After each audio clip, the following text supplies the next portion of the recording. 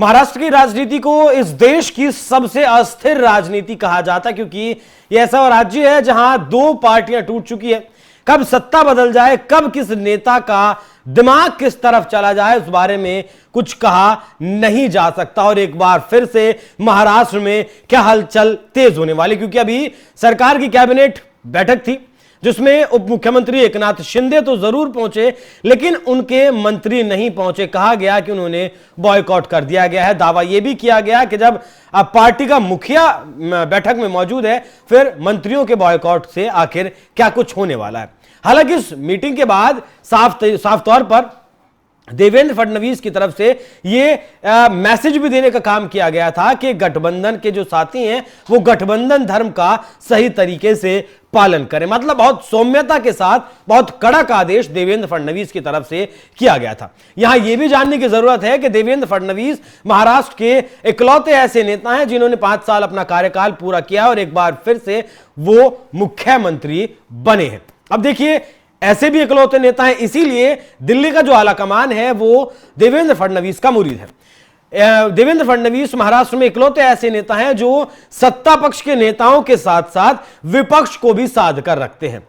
देवेंद्र फडणवीस ही एकमात्र वजह ऐसे हैं जो अजीत पवार हो या फिर एकनाथ शिंदे हो, जिसे एक कड़ी में एक सूत्र में बांधकर वो चल रहे हैं। तभी कैबिनेट की मीटिंग में एकनाथ शिंदे पहुंचते हैं, भले ही उनके मंत्री नहीं पहुंचते हैं। अजीत पवार भी आराम से सरकार के साथ चले जा रहे हैं। लेकिन सवाल यह है कि क्या अब उद्धव ठाकरे के साथ भी इस सरकार की बात चल रही है? क्या देवेंद्र फडणवीस उद्धव ठाकरे के भी टच में हैं? ऐसा क्यों कहा जा रहा है वो भी मैं आपको बताऊंगा। और नाराजगी कितनी ज्यादा बढ़ गई है या फिर एक आम मुलाकात है? अभी हाल फिलहाल में एकनाथ शिंदे की तरफ से गृह मंत्री अमित शाह से भी मुलाकात की गई। तो क्या कुछ थ्योरियां चल रही हैं? एक एक कर मैं आपको महाराष्ट्र की वो बताता हूं कि महाराष्ट्र में फिलहाल आखिर चल क्या रहा है। एक थ्योरी महाराष्ट्र में यह चल रही है कि बीएमसी चुनाव में भाजपा और उद्धव की शिवसेना के बीच गठबंधन होना है या नहीं होना है, तो इसकी संभावना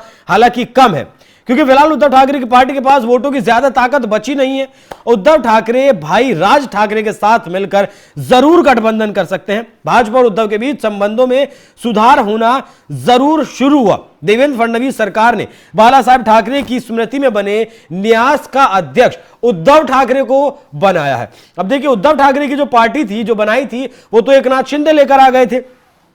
पार्टी का जो निशान था वो भी सिंबल था, वो भी आपका एकनाथ शिंदे लेकर आ गए थे। लेकिन अब बाला साहब ठाकरे की स्मृति में जो न्यास बना, उसका अध्यक्ष बनाना उद्धव ठाकरे को यह दिखाता है कि खिड़की जरूर खुली हुई है। मतलब यह संदेश एकनाथ शिंदे और अजीत पवार को भी दिया गया हो सकता है। एकनाथ शिंदे की नजर जरूर इस पद पर रही होगी, लेकिन यह दिया गया किसे? उद्धव ठाकरे को। क्या इसी वजह से तलखी बढ़ी है या फिर इसी वजह से गृह मंत्री अमित शाह से मुलाकात करने के लिए एकनाथ शिंदे पहुंचे हैं? बाकी शिंदे और शाह के बीच मुलाकात के पीछे बहुत सारे कारण हो सकते हैं। महाराष्ट्र बीजेपी बड़े नगर निगमों में बिना गठबंधन के चुनाव लड़ना चाहती है। शिंदे ने शाह से यही सवाल, गृह मंत्री से हो सकता है यही सवाल किया होगा कि अगर अलग अलग चुनाव लड़ते हैं तो आरोप प्रत्यारोप का दौर शुरू हो जाएगा, विपक्ष लगातार सवालों की बौछार करेगा। तो एक थ्योरी तो महाराष्ट्र में यह चल रही है। दूसरी थ्योरी इसको जोड़कर यह भी चल रही है कि हाल फिलहाल में संजय राउत, जो बहुत ज्यादा बड़बोले नेता हैं, माफ कीजिएगा, शिवसेना यूबीटी के, उनके बयान आजकल नहीं आ रहे। वो लगातार प्रधानमंत्री मोदी, गृह मंत्री अमित शाह को मतलब जो निशाना उन पर साधते ही रहते हैं।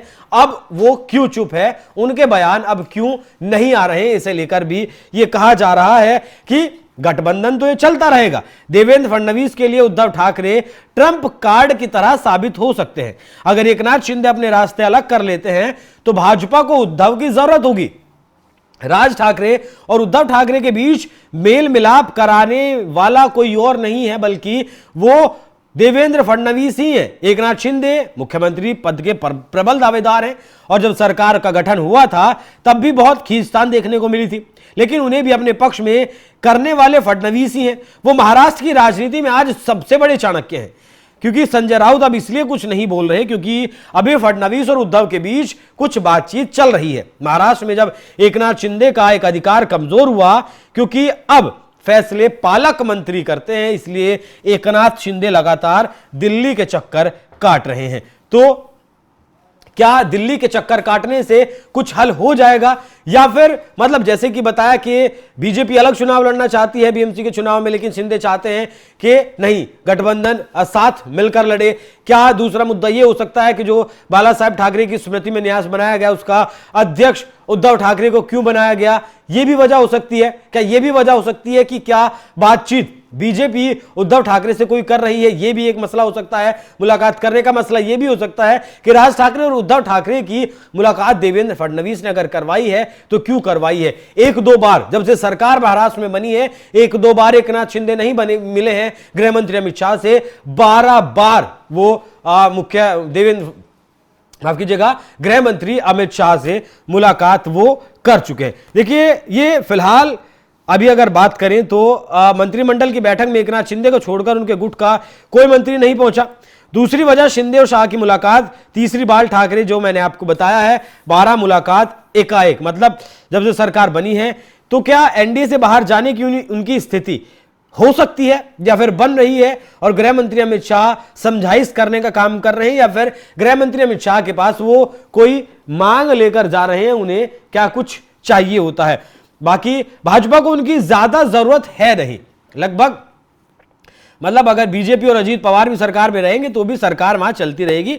फडणवीस को अजीत पवार से भी कोई समस्या फिलहाल नहीं है, और बात करें अजीत पवार की तो बहुत ही सुगमता के साथ सरकार के साथ आराम से चल रहे हैं। एनडीए के घटक दलों की स्थिति यह है कि समझौता करने की ताकत उनके पास बची नहीं है। एनडीए की राजनीति बदल गई है। बिहार में नीतीश कुमार और महाराष्ट्र में शिंदे के पास अपने पक्ष में समझौता कराने की ताकत नहीं है। अब कोई भी ऐसा क्षेत्रीय दल नहीं है जो एनडीए का हिस्सा नहीं बनना चाहता हो। और देखिए, 2.5 साल तो उद्धव ठाकरे मुख्यमंत्री रहे हैं। अब 2.5 साल जब मुख्यमंत्री रहे हैं तो सत्ता को जानते हैं, सत्ता की ताकत क्या होती है, सत्ता का सुख वो भोग चुके हैं। हालांकि कई बार उन्होंने कहा कई मौकों पर उससे पहले कि सत्ता का कोई लालच नहीं है, मुख्यमंत्री पद नहीं चाहिए, लेकिन बीजेपी से जब अलग हुए तो इसी बात को लेकर हुए थे, और गृह मंत्री अमित शाह पर कई तरीके के उन्होंने आरोप भी लगाए थे कि उन्होंने जो कहा था वो नहीं किया। लेकिन अब देवेंद्र फडणवीस की अगर बात करें तो वो साध कर चल रहे हैं, एकनाथ शिंदे को भी, अजीत पवार को भी, और साथ में उद्धव ठाकरे को भी साध कर वो चल रहे हैं।